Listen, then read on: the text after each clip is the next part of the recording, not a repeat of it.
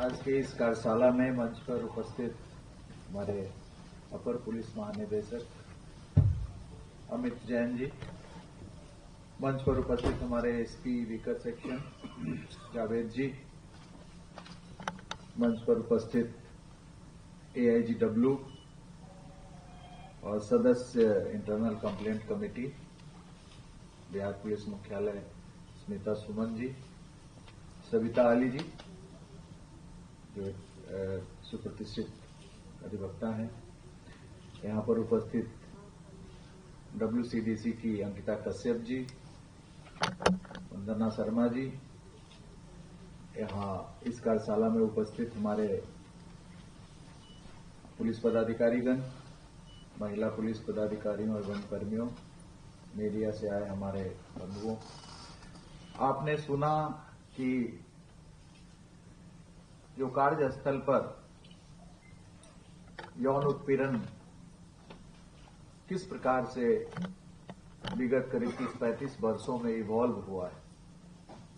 1992 में भंवरी देवी प्रकरण हुआ था। भंवरी देवी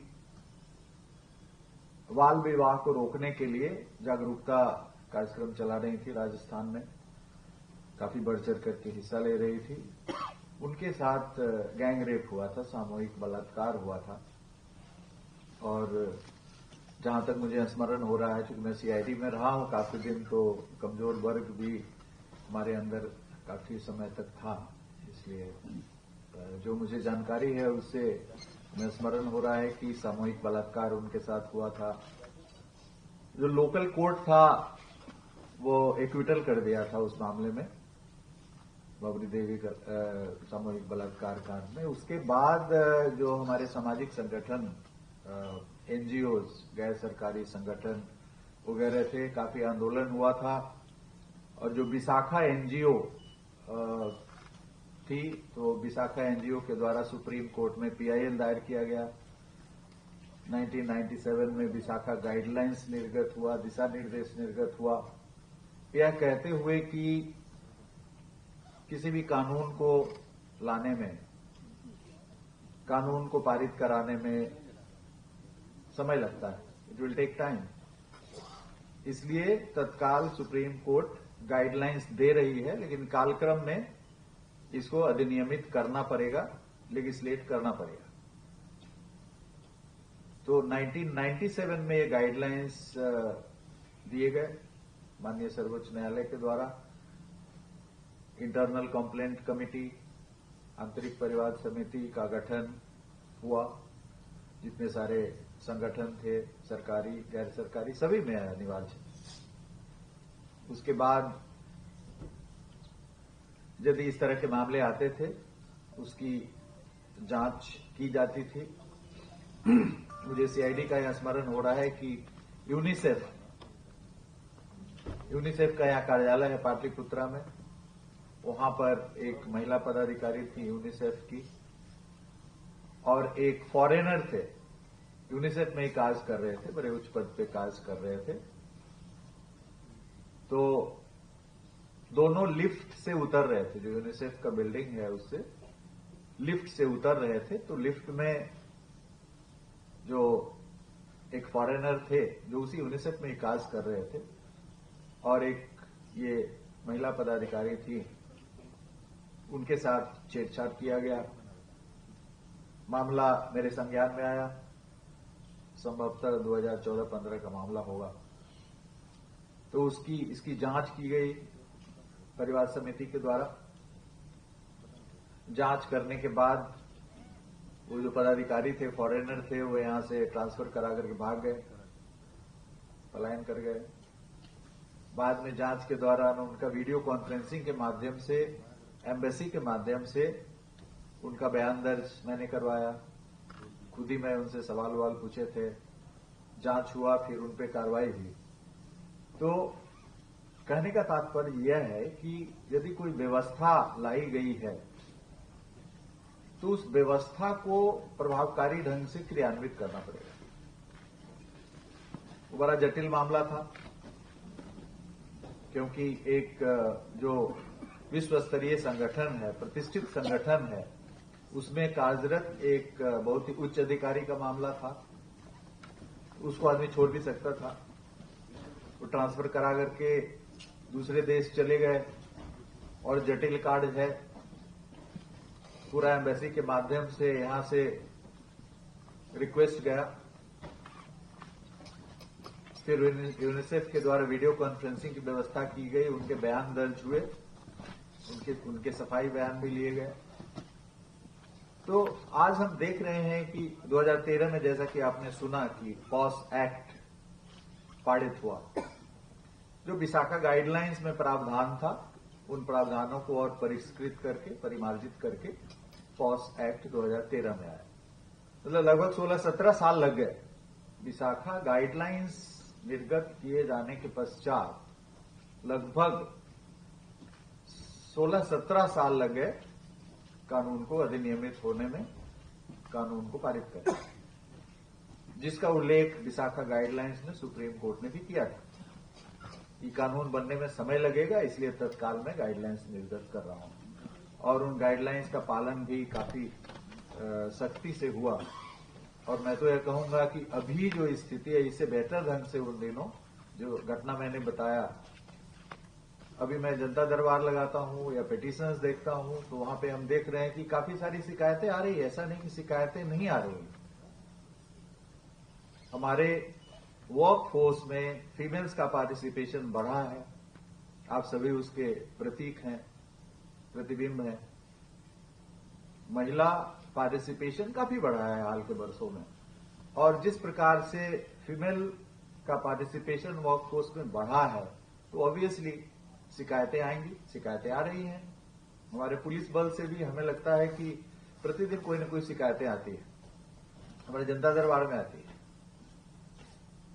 लेकिन मैंने कई मामलों में यह जानना चाहा कि इंटरनल कंप्लेंट कमेटी ने काम किया है, तो पता चलता है नहीं, इंटरनल कंप्लेंट कमेटी ने इंटरटेन नहीं किया। और जो संख्या है, आंतरिक परिवाद समिति मोर देन 50 गठित है, पुलिस में गठित है, लेकिन मामलों की संख्या काफी कम है, नगण्य है। लेकिन जितने मामले घटित हो रहे हैं उनकी संख्या काफी अधिक है, 100 टाइम्स से कम नहीं होगा। तो यह संवेदीकरण कार्यशाला जो आज आयोजित की जा रही है, इसका दो उद्देश्य है कि एक जो पीड़ित महिला है किसी भी कार्यस्थल पे, उनको भी मुक्त रूप से अपनी शिकायत आंतरिक परिवाद समिति के समक्ष दायर करना चाहिए, और जो आंतरिक परिवाद समिति के अध्यक्ष हैं उनको भी मुक्त रूप से परिवाद को एंटरटेन करना चाहिए। और जो समय सीमा तय की गई है 90 डेज की, उस समय सीमा के अंतर्गत जांच रिपोर्ट समर्पित कर, यदि मामला गंभीर है, संज्ञेय अपराध का बनता है, तो संज्ञेय अपराध के कांड दर्ज करने की अनुशंसा की जाए। यदि प्रशासनिक कार्रवाई से आप समझते हैं कि उतना गंभीर मामला नहीं है, प्रशासनिक कार्रवाई पर्याप्त है, तो प्रशासनिक कार्रवाई की जाए। आपने सुना कि इसमें प्रावधान किया गया है कि यदि फॉल्स कंप्लेंट कर रहे हैं तो उन पर भी कार्रवाई होगी। तो ये एक बहुत ही प्रभावकारी, शक्तिशाली टूल, वर्क प्लेस पे एक सुरक्षित वातावरण, सेफ एंड सिक्योर एनवायरनमेंट महिलाओं के कार्य करने के लिए बनाया गया है। इसको हम लोग प्रभावकारी ढंग से लागू करें। जो भी इंटरनल कंप्लेंट कमेटी के अध्यक्ष हैं, उनका यह दायित्व है कि पूरी प्रतिबद्धता के साथ, पूरे कमिटमेंट के साथ, पूरे लगन के साथ जहां कहीं भी शिकायतें आ रही है उसको कार्रवाई करें। नहीं तो फिर यदि आप एक मामले को दबा देंगे, सप्रेस कर देंगे, मिनिमाइज कर देंगे, तो आप एक अवसर प्रदान कर रहे हैं, एक तरह से आप उत्प्रेरित कर रहे हैं उस व्यक्ति को कि भविष्य में आने वाले दिनों में वह अपने इस प्रकार की प्रवृत्ति को और भी प्रखर ढंग से करे। तो it should be nipped in the bud. प्रारंभिक चरण में ही इस प्रकार की प्रवृत्ति को कुचल देना चाहिए, और उसके लिए हमारे पास प्रावधान है, काफी प्रभावकारी प्रावधान है। इसमें समय सीमा इसकी भी तय की गई है कि घटना घटित होने के कितने दिन बाद तक आप शिकायत कर सकते हैं। ऐसा नहीं कि आप आज से 10 साल पहले के मामले को 10 साल बाद ला रहे हैं। हो सकता है विशेष परिस्थिति में ऐसे मामले भी एंटरटेन हो, लेकिन आपको उन परिस्थितियों को व्यक्त करना पड़ेगा कि जिन परिस्थितियों के कारण आप 10 वर्ष तक भय के कारण या जो भी परिस्थिति हो आप नहीं इसको प्रतिवेदित कर पाए। एक बार चला था, एक मुहिम आंदोलन चला था कई वर्षों पहले, मी टू करके, मतलब उसमें बहुत पुराने मामले सब आए, वर्षों पुराने मामले जो दबे हुए थे। तो काफी सारे लोग आए कि me too, I am also one of the members of female community जिनके साथ उत्पीड़न हुआ। तो मेरी यह अपेक्षा होगी कि यहां पर हर तरह के व्यक्ति हैं, वैसे भी व्यक्ति हैं, वैसे भी पदाधिकारी हैं जिनका यह दायित्व है कि इस कानून को प्रवृत्त करें, प्रभावकारी ढंग से एनफोर्स करें, और वैसे भी लोग हैं जो इस प्रकार के उत्पीड़न का शिकार हो जा रहे हैं। इससे इस कानून के सही ढंग से प्रवृत्त होने से, सही ढंग से इन्फोर्स होने से निश्चित रूप से, क्योंकि आने वाले दिनों में महिलाओं की संख्या कार्यस्थलों पर, चाहे वो किसी भी विभाग को आप ले लें, और बिहार इसमें अग्रणी है। बिहार में जिस प्रकार से महिलाओं की सहभागिता सामाजिक क्षेत्र में, शैक्षणिक क्षेत्र में, इवन हमारे पुलिस के क्षेत्र में, जो पुलिस माना जाता था कि it's a male dominated occupation, लेकिन अब मेल डोमिनेटेड नहीं रहा है। अब आप देख रहे हैं कि ऑलमोस्ट 30% हमारे पुलिस फोर्स में महिलाएं, पुलिस पदाधिकारी और महिला पुलिसकर्मी कार्यरत हैं, और कोई भी ऐसा कार्य नहीं है जो पुरुष पुलिसकर्मी करते हैं वो महिला पुलिसकर्मी, महिला पुलिस पदाधिकारी नहीं कर रहे हैं। रात्रि गश्ती का कार्य हो, छापामारी का कार्य हो, या विधि व्यवस्था संधारण का कार्य हो, सभी पदाधिकारियों के द्वारा यह कार्य किया जा रहा है, सामने प्रस्तुत किया जाएगा। आप सबों से मेरा अनुरोध होगा कि इसको ध्यानपूर्वक सुने और इसका ज्ञानपूर्वक इस्तेमाल अपने कार्यस्थल पर करें। और इंटरनल कंप्लेंट कमिटीज, पुलिस निगम में इसके पहले था 2021, 22, 23, 24 में, तो वहां पर यह कंप्लेंट कमेटी गठित ही नहीं था। पुलिस निगम में इसका कारण उन लोगों ने यह बताया कि यहां इसके गठन के लिए उचित पदाधिकारी, कोई महिला उपलब्धि नहीं। तो प्रारंभ में ही एक कंपनी सेक्रेटरी की नियुक्ति हुई, काफी लॉ का भी उनको डिग्री था, कंपनी सेक्रेटरी, कंपनी अफेयर्स का भी ज्ञान था, उनको अध्यक्ष बनाया गया। उसके बाद जेई एई का रिक्रूटमेंट हुआ, उसमें कई सारे महिला अभियंता वगैरह आए। फिर वहां पर संवेदीकरण कार्यशाला आयोजित हुआ, और कार्यशाला आयोजित होने के बाद तुरंत एक मामला प्रतिवेदित हुआ।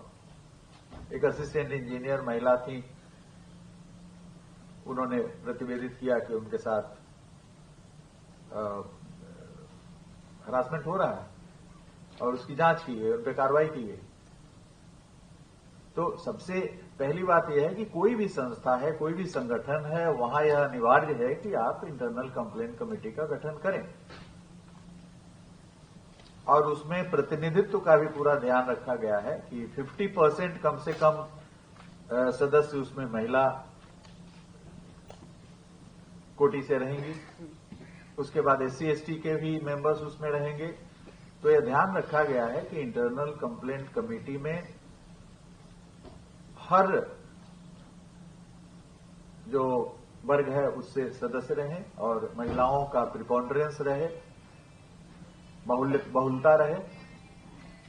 तो सबसे पहले तो कोई भी, जैसे थाना है, थाना में 50, 60, 100, और कोतवाली थाना में 150 के करीब पुलिस पदाधिकारी कर्मी हैं, आई एम श्योर कि वहां पे कम से कम 40-50 से कम महिलाएं नहीं होंगी। तो इस प्रकार के जो छोटे छोटे यूनिट हैं वहां पर भी इंटरनल कंप्लेंट कमेटी गठन किया जाना चाहिए। जिला स्तर पर भी गठन होना चाहिए। जहां पर 10 से कम महिलाएं कार्यरत हैं जिस संगठन में, वहां पर आपने सुना एडीजी वीकर सेक्शन ने बताया कि वहां पे स्थानीय परिवार समिति का गठन किया गया है। तो स्थानीय परिवार समिति का भी यदि गठन नहीं हुआ है तो उसको गठित किया जाए। जो 10 से कम संख्या में जहां पर जिस संगठन में महिलाएं कार्यरत हैं वहां पर स्थानीय परिवार समिति में आवेदन कर सकते हैं। उसको भी आच्छादित किया गया है। जो छोटे छोटे यूनिट्स है उसको भी कानून के तहत आच्छादित किया गया है कि वहां, क्योंकि हर छोटे छोटे यूनिट में आप, जैसे हमारा थाना ही है, 10 से कम है तो वहां पे नहीं कर सकते हैं। लेकिन 10 से ज्यादा मैं समझता हूं कि हमारे जो 1400 थाने हैं, हर थाने में 10 से अधिक पदाधिकारी पुलिसकर्मी पोस्टेड हैं और मैं समझता हूं कि 10 से अधिक महिला कर्मी भी निश्चित रूप से पोस्टेड होंगी कम से कम 500-600 थानों में। तो ये 500 पुलिस स्टेशन में भी ये कमेटी गठित होना चाहिए। जो वरीय महिला पुलिस पदाधिकारी हैं, सब इंस्पेक्टर हैं, इंस्पेक्टर हैं, उनकी अध्यक्षता में गठित होनी चाहिए। तो सबसे पहला कदम हमारा ये होना चाहिए कि इसकी व्यापकता बढ़े और अधिक से अधिक कंप्लेंट कमेटियां गठित हों, जहां पर नियमानुसार इन्हें गठित होना है और गठित होने के बाद संवेदीकरण हो और संवेदीकरण के बाद जो परिवार आते हैं उनका समय के अनुसार कालबद्ध तरीके से उसका निष्पादन हो और उस पर कार्रवाई हो। तो मैं ज्यादा समय नहीं लूंगा। जो विषय विशेषज्ञ हमारे मंचस्थ हैं इनके द्वारा काफी विस्तार से सूक्ष्मतापूर्वक आपको पॉस एक्ट के बारे में जानकारी दी जाएगी और हमारी अपेक्षा होगी कि आप जो इंटरनल कंप्लेंट कमेटी के अध्यक्ष हैं वो भी जागरूक हों और इस प्रकार के मामले यदि आपके संज्ञान में आते हैं तो प्रोएक्टिव हो करके आवेदन प्राप्त करें, इंक्वायरी करें समयबद्ध तरीके से और इसमें कार्रवाई करें। शिकायतें आ रही हैं, मैं कम से कम 50 शिकायत इधर एक साल में सुना हूं अपने जनता दरबार में, but those cases are not being entertained by the internal complaint committee. तो मैं समझता हूं कि आज की इस कार्यशाला के बाद इस प्रकार के मामलों को इंटरनल कंप्लेंट कमेटी में निश्चित रूप से लाया जाएगा। इसमें वृद्धि होगी और कई गुना वृद्धि होगी यदि हम संवेदीकृत होंगे। तो आज की इस कार्यशाला को आयोजित करने के लिए एक बार फिर मैं एडीजी कमजोर वर्ग अमित जैन जी को बधाई देता हूं। कल भी इनका एक कार्यशाला था नारकोटिक्स पे, आज भी इन्होंने कार्यशाला आयोजित किया है और भी कई कार्यशालाएं नारकोटिक्स, प्रोहिबिशन, कमजोर वर्ग के विभिन्न मुद्दों पर आयोजित की जाती रही हैं। उद्देश्य सभी कार्यशालाओं का यही है कि हमारे लोग संवेदीकृत हों, सेंसिटिव हों और जो भी हमारा उद्देश्य है कानून के माध्यम से जो सोशल गोल्स है प्राप्त करने की, उसको हम लोग प्राप्त करें। बहुत